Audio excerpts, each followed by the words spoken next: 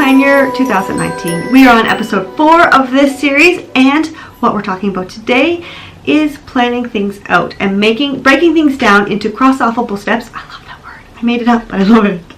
We're breaking things down into cross-offable steps so that you can actually work towards the goal that we set on Friday. So what I need you to do today is to take the first task that needs to be done to work towards that goal and break it down into cross-offable steps. I did do a video on cross-offable and I will link that up here, but I'll just go over it quickly now. It has to be something you can do in one sitting and that you know when you're done, so that when it's finished, you can cross it off, hence the word cross-offable. So you're going to break down maybe the first 3 cross-offable steps that you need to take, and then you're going to schedule those in. To break down the tasks of my goal of having my class ready for February 15th is to write the outline. It should only take 15 minutes or so. That's my first cross-offable task. The second one would be to brainstorm ideas for lesson 1. Next would be brainstorming lesson 2, and so on. So those are mine. Let me know in the comments below what your first cross-offable task is going to be for your goal. Don't forget to subscribe and hit that notification bell so that you'll know when the next episode of Plan Year 2019 is out. Come back tomorrow because I'll be here